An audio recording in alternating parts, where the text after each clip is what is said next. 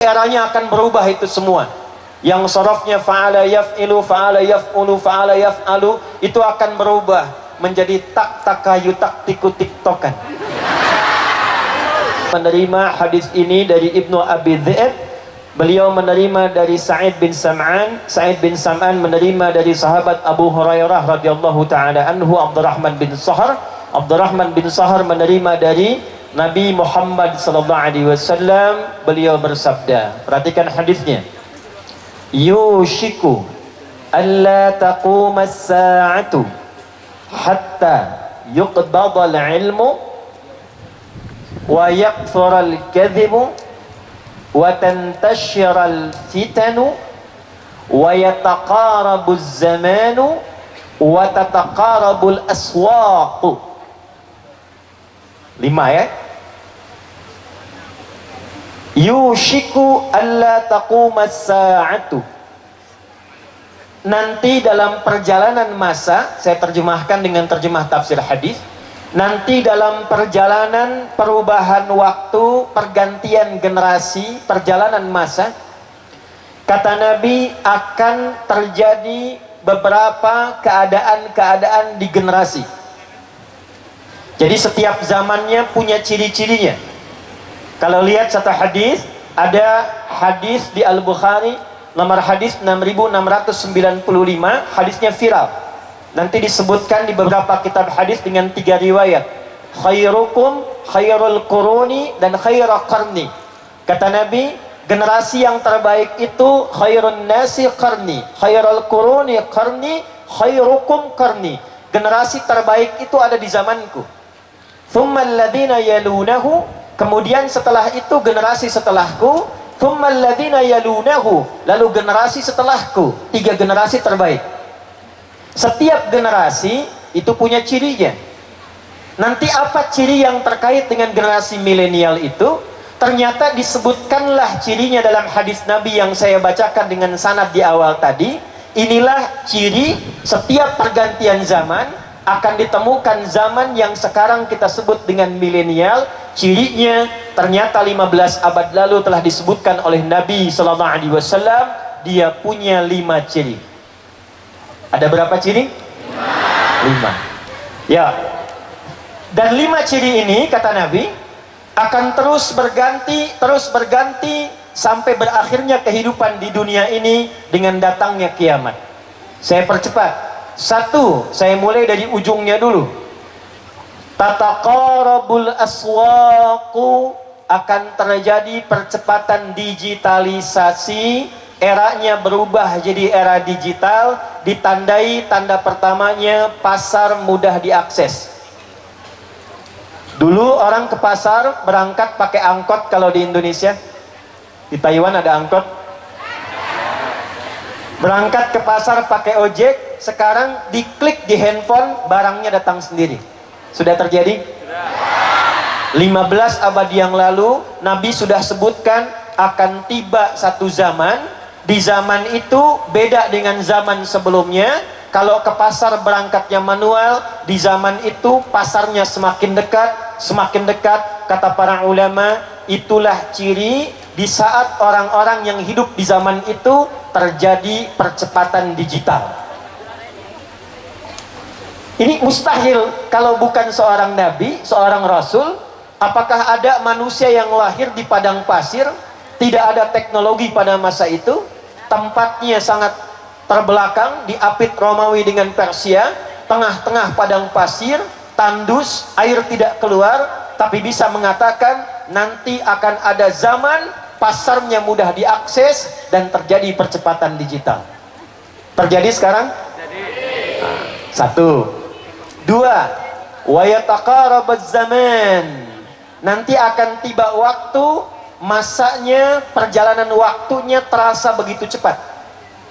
Dalam hadis At-Tirmidzi, akan terasa setahun seperti sebulan, sebulan seperti sepekan, sepekan seperti 1 hari. Rasanya baru kemarin padahal sudah lewat setahun, dan 1 hari rasanya baru sekejapan saja. Panitia untuk tabligh akbar saat ini boleh jadi mempersiapkannya 1 bulan. 2 bulan. Ternyata ketika tiba masanya, rasanya baru kemarin persiapan kan? Sudah terjadi? Berarti 2 tanda terpenuhi. 3, karena terjadi percepatan digital, eranya berubah. Dulu banyak offline, sekarang jadi apa? Online. Ceramahnya pun sekarang banyak yang live tuh. Ya. Dulu belanjanya onsite atau offline, sekarang online. Dulu ceritanya offline, sekarang online. Maka ngaji pun akan berubah keadaannya. Para ulama pun akan berbeda keadaannya. Kata Nabi, hatta yuqbadal ilmu. Maka ketika digital itu berkembang, waktu terasa cepat, banyak yang akan muncul orang-orang umum pun buat konten tentang agama, ngajar tentang agama, yang pakar jadi hilang, yang tak jelas jadi muncul, dan ilmu mulai tercabut. Bagaimana ilmu tercabut? Perhatikan di hadis Muslim, innallaha la yaqbidul ilma intiza'an yantazi'uhu minal ibad, walakin yantazi'uhu biqabdil ulama, hatta idza lam yabqa alima, atau lam yabqa alimun ay yubqi alima, ittakhadha an-nasu ru'usan juhala fasu'ilu fa'aftau fadallu wa adallu. Sungguh akan ada satu masa ilmu itu mulai tercabut, tapi bukan ilmunya yang hilang, bukan tafsirnya hilang, bukan fikihnya hilang, bukan hadisnya hilang, bukan usul fikihnya hilang, tapi ulamanya mulai wafat satu persatu, kiainya mulai meninggal satu-satu, habibnya mulai meninggal satu-satu, ustadz-ustadz yang pakar mulai meninggal satu-satu, ulama-ulama sepuh kita, panutan kita mulai wafat satu persatu, sampai tiba-tiba nanti yang tersisa tinggal sedikit. Tapi dari yang sedikit itu tiba-tiba muncul banyak orang bicara tentang agama. Karena eranya digital, orang-orang ini mulai muncul buat-buat konten tentang agama. Terjadi sekarang? Ya. Dulu kita ngaji di pesantren masih pakai kitab, ya. Ngaji nahu pakai apa? Kitab. Apa kitabnya? Jurumiyah. Al-kalamu wal lafdul murakkabu bil munfid wa aqsamu thalathatun ismun wa fi'lun wa harfun wa amal ismu wa kalimatun dalat alamanan fi nafsi wa lam tuqtaran bi zamanin wat'an, gitu ya. Lompat lagi jadi apa? Imriti. Lompat lagi jadi apa? Alfiyah. Kalamuna lafdun mufidun kastaqim wasmun wa fi'lun thumma harfunil kalim wahiduhu kalimatun wal qawlu am wa kalimatun biha kalamun qad yu'am bil jarri wat tanwini wan nida wa al wa musnadin lismi tamyizun hasal bita fa'alta atat wa ya if'alli wa nunik balan hifdun yanjali, gitu kan? Nanti eranya akan berubah itu semua. Yang sorofnya fa'ala yaf'ilu, fa'ala yaf'ulu, fa'ala yaf'alu, itu akan berubah menjadi tak takayu tak tiku tiktokan, fasbakayu fasbiku Facebookan, Instagramayan Instagrimu Instagraman, tuh tabaya tubuh YouTuber. Sekarang terjadi? Jadi banyak konten dan tidak jelas asalnya, sanadnya tidak jelas, ngajinya tidak jelas di mana, tapi tiba-tiba bisa muncul ke permukaan dan anehnya akan ditemukan ada pengikutnya. Dan kalau ditanya keluar fatwanya, terjadi tidak? Sekarang terjadi. Perhatikan, kita hanya menyebut milenial, Nabi Shallallahu Alaihi Wasallam mengingatkan di beberapa abad yang lalu. Terus lanjut. Perhatikan, karena 3 ini sudah muncul, maka konsekuensi yang keempat, lihat baik-baik. Wa yakfural kanjibu, wa yakfural kanzibu. Karena eranya sudah elektronik, digital muncul, status muncul, konten muncul, maka akan tiba masa sulit dibedakan mana yang benar, mana yang salah. manipulasi akan ditemukan, kebohongan mulai banyak, bercampur sehingga orang sulit menemukan ini yang benar yang mana, yang salah yang mana. Bapak Ibu, saya seumur hidup ngajar, maksudnya sampai sekarang belum pernah membahas tentang garam. Tiba-tiba muncul video saya menerangkan tentang garam ruqyah. Keterangannya garam ruqyah, videonya tentang tutorial mandi besar. Dan itu terjadi. Ada kemudian jualan herbal. Ada lagi petunjuk A, petunjuk B, petunjuk C. Jadi ketika ini terjadi, akan muncul banyak konten-konten digital dan Anda sulit membedakan mana yang benar, mana yang salah. Saya tanya, sekarang hoax banyak tidak? Berita tidak benar banyak tidak? Nah, semakin banyak ini, maka konsekuensinya yang kelima. Perhatikan, watan syural fitanu, maka fitnah ujiannya pun menjadi menyebar dan lebih banyak lagi. Ya, maaf, saya izin berdiri ya supaya lebih terlihat.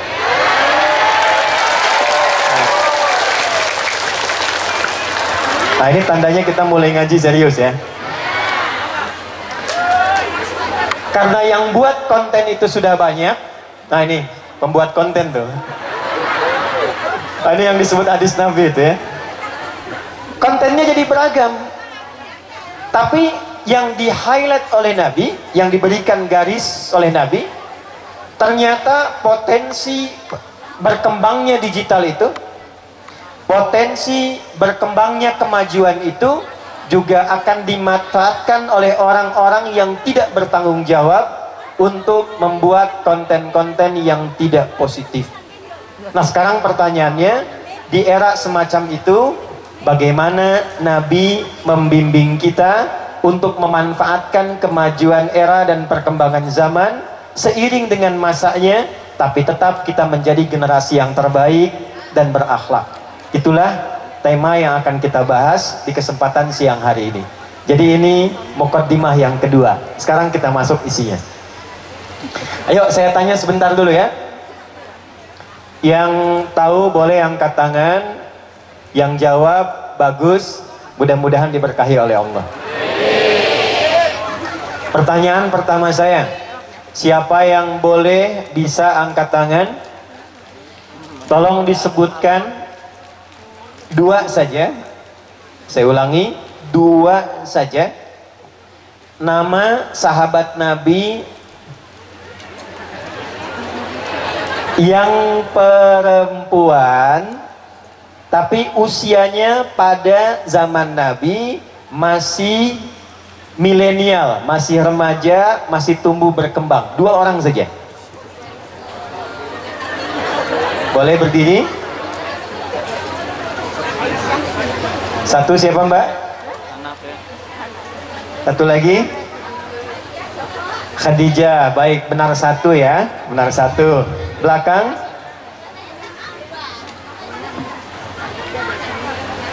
Sebentar ya. Kasih Mbak, silakan. 1 siapa? Sayyidah Aisyah. 1 lagi? Hampir sama dengan yang 1, boleh duduk lagi. 2 perempuan saja. Ini saking banyaknya perempuan, 2 sahabat Nabi, ya. Boleh angkat tangan Ibu? Ya. Asma binti Yazid. 1 lagi? Baik, baik. Ada lagi yang lain? Halim. Baik, perempuan dulu ya. Mana yang mana? Assalamualaikum Ustaz. Salam, silakan. Yang pertama Halimah binti Sa'ah, yang kedua Fatimah Binti? Halimah binti lupa. Binti lupa. Ayo boleh berikan tepuk tangan dulu. Ada semuanya baik. Ada lagi yang lain terakhir? Ya, ke belakang Ibu. Silakan. Ini pelan-pelan ya.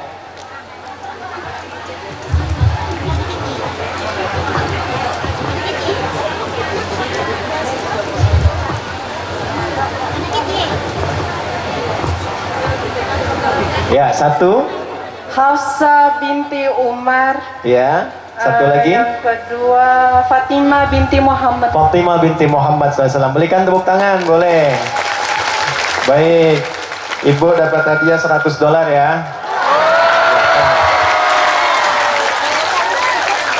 Silakan. Baik, fokus dulu ya. Sekarang yang laki-laki. Sebutkan 3 orang pemuda atau remaja yang hidup di era Nabi Sallallahu Alaihi Wasallam. Yang laki-laki. 3 orang remaja atau anak muda yang hidup di era Nabi Sallallahu Alaihi Wasallam. Milenialnya di zaman Nabi. Boleh angkat tangan. 1. Yang laki-laki dulu. Mana laki-lakinya? Ya, Mas, silakan. 1. Uthman bin Affan. 2. Abdurrahman bin Auf. Ali bin Abi Thalib. Benar 2. 1 lagi. Abu Bakar As-Siddiq. 1 lagi.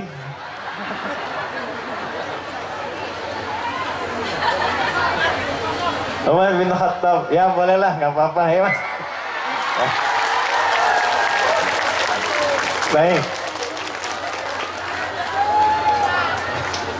Ya, pelan-pelan sini. Jadi gini, kalau kita mau ngaji milenial, kan harus ada contoh. Ya kan? Siapa yang harus dicontoh? Kemudian kalau kita ingin belajar akhlak, kita harus melihat contoh ini akhlaknya seperti apa.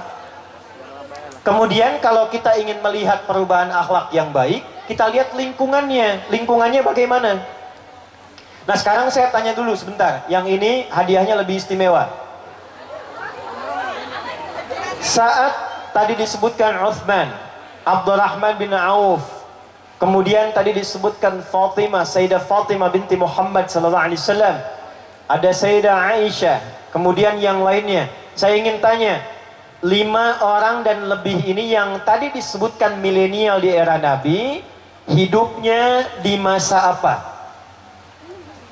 Sengaja saya buat umum supaya bingung dulu. Ibu. Ya? Khulafaur Rasyidin. Ya, kurang tepat. $200.